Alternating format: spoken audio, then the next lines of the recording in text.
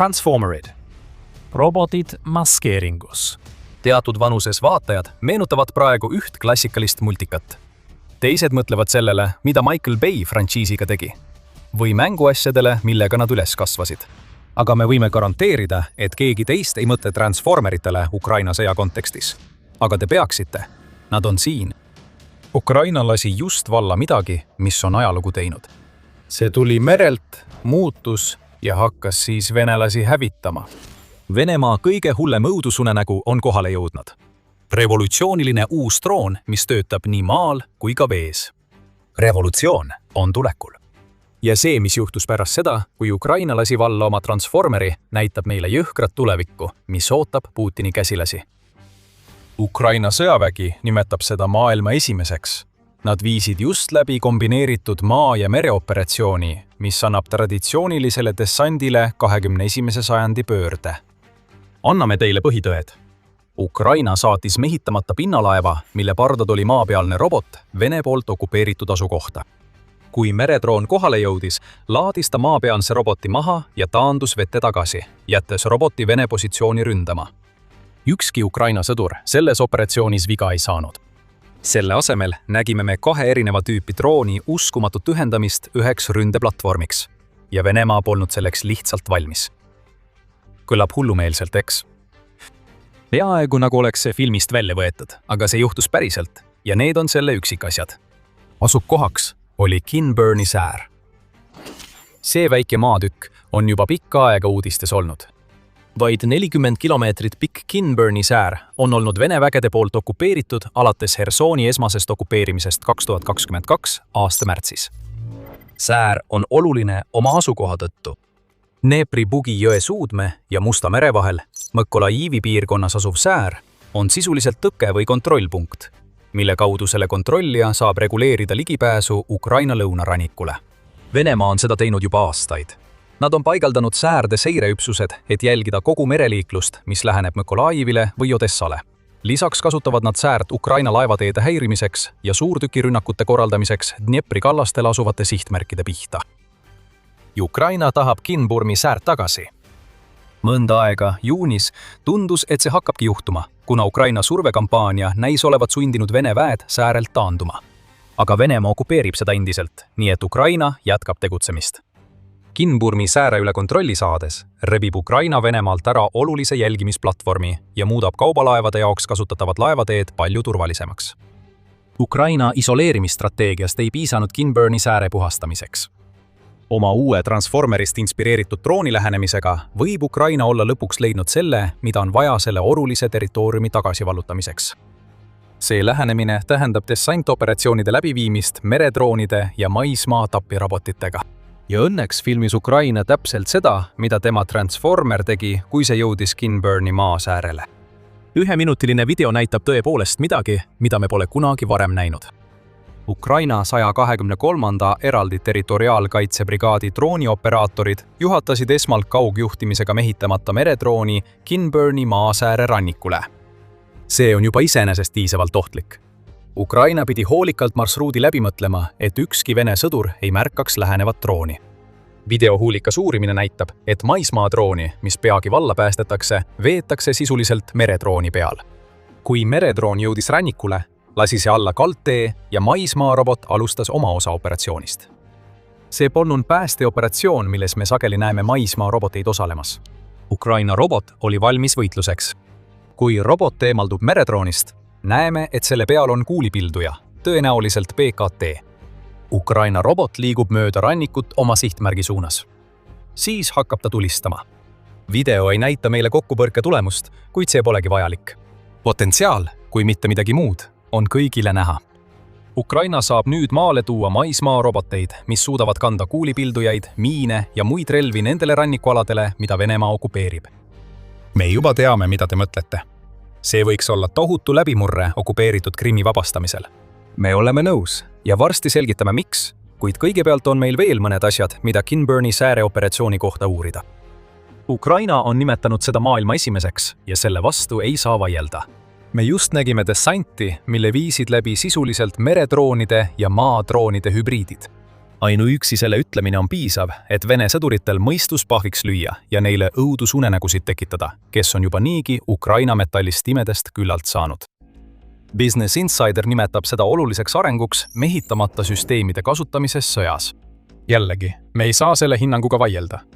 Me läheksime isegi nii kaugele, et ütleksime, et see muudab sõja merelist poolt täielikult. Ei meredroonid ega maismaarobotid ole midagi uut. Ukraina on kasutanud viimaseid juba kuid operatsioonideks, sealhulgas evakuatsioonideks, logistika jaoks ja isegi lahingmissioonidel. Meredroonid on kasutusel olnud veelgi kauem. Musta mere laevastik võib neist kõigest rääkida. Need laevad, mis ellu jäid, võiksid rääkida. Paljud Venemaa sõjalaevad on kogenud, mida meredroonid suudavad teha, ja nüüd on nad kas põhja lastud või nii kahjustatud, et neid ei saa enam kasutada. Aga see, mida me praegu näeme, on kahe tehnoloogia ühendamine, mis on Venemaale juba tõsiseid probleeme põhjustanud. See ongi siin mängu muutja. Aga peale Ukraina jagatud kaadrite tuleb spekuleerida, milliseid droone Ukraina kasutas. Selle video loomise ajal pole operatsioonis kasutatud meredroon tuvastatud. Siiski arvatakse, et maapealne robot kuulub RISE robotite perekonda, mis on suure osa 2026. aastast Ukrainas endast märku andnud. Tegelikult võime siin näha lahinguvälja leidlikkust, mida isegi Ukraina kaitseministeerium poleks osanud oodata. Alles aprillis tegi ministeerium RISE ja RISE Pro robotid üksustele kättesaadavaks Brave One turuplatsil, kus üksused saavad teenitud e-punkte droonide abil operatsioonide täitmise eest vahetada lisadroonide vastu. Võib-olla kasutas 123. eraldi territoriaalkaitsebrigaad võimalust osta RISE robot, sest neil oli suur plaan Kimberni maasääre jaoks. Nüüd me teame, mis see idee oli, ning et RISE oli end juba tõestanud enne Brave One turuplatsile jõudmist.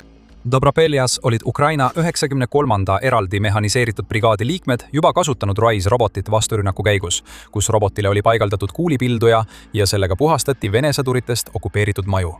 Metsa ütleb, et just see üks ainus RISE robot mängis võtmerolli Vesela ja Truusika külade vabastamisel mõned kuud tagasi. Ja seda on samuti filmitud Vesela lähedal mööda teed liikumas. Ülistades Vene positsioonide pihta, samal ajal kui robotile paigaldatud valjuhääldist edastati Vene sõduritele sõnum alistumiseks. See on hirmutav. Kujuta ette, et näed sinu poole sõitvat robotit, kuulipilduja suunatud sinu peidukoha poole, öeldes sulle, et on aeg alla anda. Vastasel juhul hakkab see tapmatu metallikolakas tulistama. RISE on kasutatud ka selleks, milleks võikski eeldada, et seda kasutatakse.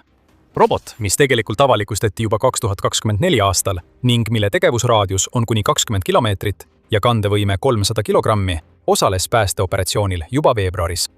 Sel korral päästis RISE Pro haavatud sõduri Ukraina 112 territoriaalkaitsebrigaadist, sõites varjendisse, kus sõdur peitus, üle elades teekonnal FPV drooni ja suurtükitule rünnakud ning toimetades seejärel sõduri turvalisse kohta. Meie mõte on see, et RISE ja selle võimete kohta on piisavalt teada, et võib kindlalt eeldada, et Ukraina transformerite strateegias kasutatud robot on just RISE. See näeb välja samasugune. See suudab kanda kuulipildujat, täpselt nagu oleme varem näinud RISE kuulipildujat kandmas, ning see on saadaval ka Brave One turuplatsil. Kõik tükid sobivad kokku. Siiski on siin tõeliselt oluline just potentsiaal. See, mida oleme näinud Ukraina videos, on üks operatsioon, mida viis läbi 2 drooni, mis on just ühendanud jõud ja teinud sõja ajalugu. On loodud tegevusmall. Kujutage nüüd ette seda. Nende transformerite armee kõik valmis alustama amfiibrünnakuid. Te juba teate, et räägime sellest, mis võib trimmi jaoks varuks olla. See uus droonide lähenemine võib muuta kõike Ukraina strateegias okupeeritud poolsaare suhtes. Aga enne kui sügavamale läheme, tuletan meelde, et te vaatate saadet The Military Show. Me läheme pealkirjadest kaugemale, et tuua teieni kogu lugu ja põhjalik analüüs. Kui teile meeldib see, mida näete, siis ärge unustage kanalit tellida ja vajutada teavituste kellukest. Nii et Krimm. Ukraina ei peaks olema võimeline korraldama dessanti poolsaarele. Tõsi, Venemaa on viimasel ajal käitunud nii, nagu midagi sellist võiks juhtuda. Kuna Ukraina jätkab oma strateegiat Krimmi isoleerimiseks, rünnates maismaal kütuse- ja varustustransporti ning laevu Mustal merel ja Asovi merel. Lisaks logistilistele sõlmpunktidele Krimmis ja okupeeritud aladel on Venemaa sõjaväe planeerijad muutunud murelikuks. Nagu teatas RBC Ukraine, 3. juulil on Vene üksused Krimmis korraldanud spetsiaalseid staabiõppusi dessantrünnaku tõrjumiseks ning tugevdanud rannikukaitset. Siiski näib selline rünnak traditsioonilises mõttes ebatõenäoline. Esiteks pole Ukrainal peaaegu üldse mereväge ja kindlasti pole tal piisavalt dessantlaevu, et saata Krimmi poolsaare jõuga tagasivõtmiseks piisavalt suur väekontingent.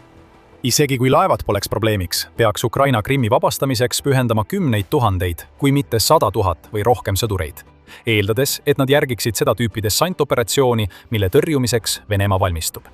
Isegi droonide ja suurtükkidega oleks Ukrainal raske murda okupeeritud Krimmi kaitset, samal ajal kui nad peavad mandril sisse tungivate vägede vastu. Liigne hajutamine oleks probleem. Kuid nüüd on tekkimas alternatiivne stsenaarium. Kujutage seda ette. Pärast seda, mida 123. eraldi territoriaalkaitsebrigaad just Kimberni säärel saavutas, saavad Ukraina sõjaväeplaneerijad idee. Neil on juba meredroonid olemas ja Rice'i maismaaroboteid ehitatakse iga päev. Võib-olla pole traditsioonilist dessanti vajagi. Selle asemel võiks Ukraina teha seda, mida ta on suurema osa sõjast teinud. Kõiki ootusi ümber lükata ja alustada Krimmis vabastuskampaaniat, mida keegi ei oota. Ehitatakse üles robotarmee, mis on täidetud Transformer-tüüpi droonidega, mida kasutasime Kimburni säärel. Ukraina võiks saata Krimmi rannikule 10, kui mitte 100 maismaaroboteid. Need robotid ei valluta Krimmi muidugi üksi tagasi. Nende tegevusraadius on piiratud ja neid saab varustada vaid teatud hulga tulejõuga. Aga mida nad suudavad teha, on hävitada rannikukaitsed, mida Venemaa Krimmis rajab, kas kuulipildujatega või sooritades kamikaatserünnakuid miinide või muude lõhkeainetega. Mõte poleks siin kogu Krimmi rannik täielikult puhastada. Selleks oleks vaja 1000 Transformer-tüüpi droone. Selle asemel võiks Ukraina seda lähenemist kasutada rannikuosade puhastamiseks, võimaldades eriüksustel Krimmi tungida, kus need üksused saaksid operatsioone läbi viia. Et hävitada väeüksuste positsioone, õhutõrjet ja teisi olulisi sihtmärke. See ei oleks täiemahuline sissetung okupeeritud Krimmi. Aga see oleks lähenemine, mis muudaks poolsaare ohtlikuks tsooniks ajal, mil Ukraina juba isoleerid Krimmi oma logistika sulgemise programmiga. See on osa laiemast strateegiast, kui nii võib öelda. See isoleerimisstrateegia on juba põhjustanud Krimmis kütusepuuduse levikut. Lisaks on Ukraina sihikule võtnud elektrialajaamad, mis on viinud poolsaarel korduvate elektrikatkestusteni. Krimmi okupandid on juba hirmul. Sellest, mis pidi olema venelastele luksuslik puhkusepaik, on saanud sõjatsoon. Ukraina teab seda. Ukraina hoiab end isegi tagasi Kertši silla ründamisest mitte sellepärast, et silda ei saaks tabada, vaid sellepärast, et Ukraina tahab panna Krimmi okupandid Venemaale tagasi põgenema, et see oleks sümboliks Putini täielikule läbikukkumisele nende kaitsmisel. Nagu Ukraina mehitamata süsteemide vägede komandör Robert Brovdi nii ilmekalt ütleb. Me ei puutu Krimmi silda, kui te pole märganud. Las nad kurat lähevad sealt läbi. Las need miljonid kurat voolavad üle selle väikese silla. Kurat lakkamatult tagasi oma Venemaale. Kui Ukraina lisab sellesse juba niigi plahvatusohtlikku olukorda amfiibrünnakud, mida viivad läbi meredroonid ja tapjarobotid, näeme me massilist põgenemist.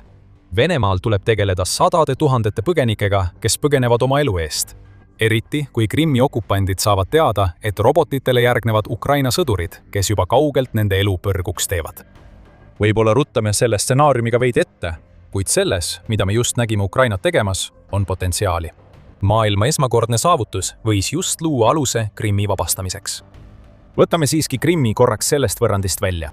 Isegi siis on selles, mida Ukraina oma transformerite lähenemisega just tegi, tohutult palju potentsiaali. Mõtle, kus see juhtus.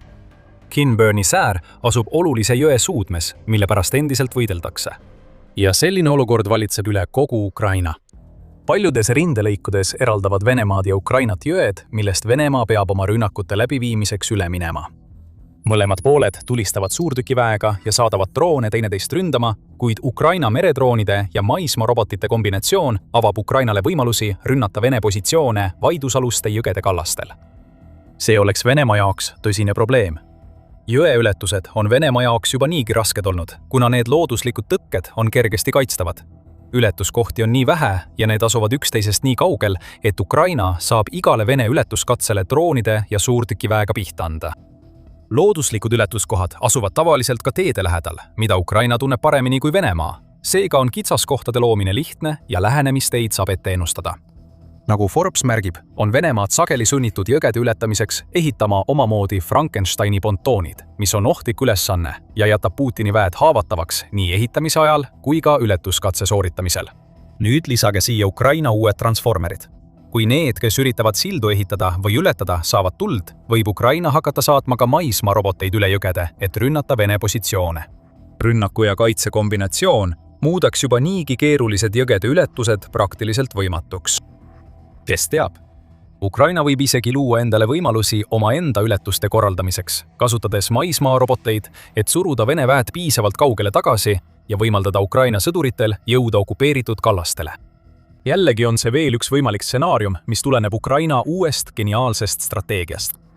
Kui hetkeks spekulatsioonidest kõrvale astuda, siis teine asi, mida Ukraina tegevus Kimberni säärel meile näitab, on see, et maismaarobotite areng jätkub ning liigub suundadesse, mida keegi ei osanud ette näha. Ukraina kasutab neid roboteid 2026 aastal märkimisväärselt rohkem. Business Insideri andmetel on robotite kasutamine aasta esimesel poolel kasvanud 122%. Kusjuures juunis viis Ukraina läbi rekordilised üle 16 500 maismaaroboti missiooni. Enamik neist poleks olnud nii loomingulised nagu Kimberni säärejuhtum, aga see ei oma tähtsust. Väljaande sõnul soovib Ukraina, et tulevikus teeksid tema robotid ära 100% varustusmissioonidest. Aga nüüd hakkame me nägema nende robotite ründepotentsiaali. Kimberni säär näitas seda potentsiaali. Sama tegid ka maismaarobotid, mida kasutati 2 külas, mida varem mainisime. Ja juba juunis teatas United24 Media, et Ukraina suutis isegi kogu Novoplatonivka küla maismaaroboti abil puhastada. Nii et võib-olla on neil siiski potentsiaali vallutada Vene positsioone Krimmis ja mujal. Need robotid on tulnud, et jääda. Alles nüüd näeme, kuidas meredroonidest saavad maismaatapjad. Kõik tänu Ukraina maismaarobotite mitmekülgsusele. Meil on veel üks punkt, millest rääkida. Leidlikkus. See on kogu Ukraina kaitsekeskmes Venemaa sissetungi vastu ning Transformer Kimberni neemel on täiuslik näide sellest, kuidas Ukraina sõdurid mõtlevad välja ideid, mis lihtsalt ei tuleks kusagil mujal pähe. Oleme näinud seda leidlikkust Ukraina droonides, mis suudavad nüüd tabada sihtmärke tuhandete kilomeetrite sügavusel Venemaal. Ukraina on suutnud ehitada oma tiibrakette ning tuleb pidevalt välja taktikate ja strateegiatega, mis kompenseerivad Venemaa eeliseid elavjõus ja varustuses. Just see leidlikkus on muutnud Ukraina Euroopa sõjalise arhitektuuri suures plaanis pelgast abisaajast hinnatud julgeolekupartneriks kogu Euroopas. Ukraina on uuendaja. Ukraina on näidanud märkimisväärset võimet kohandada tsiviiltehnoloogiaid surmavateks tapamasinateks. Ning see, mis juhtus Kimberni neemel, on lihtsalt järjekordne näide sellest.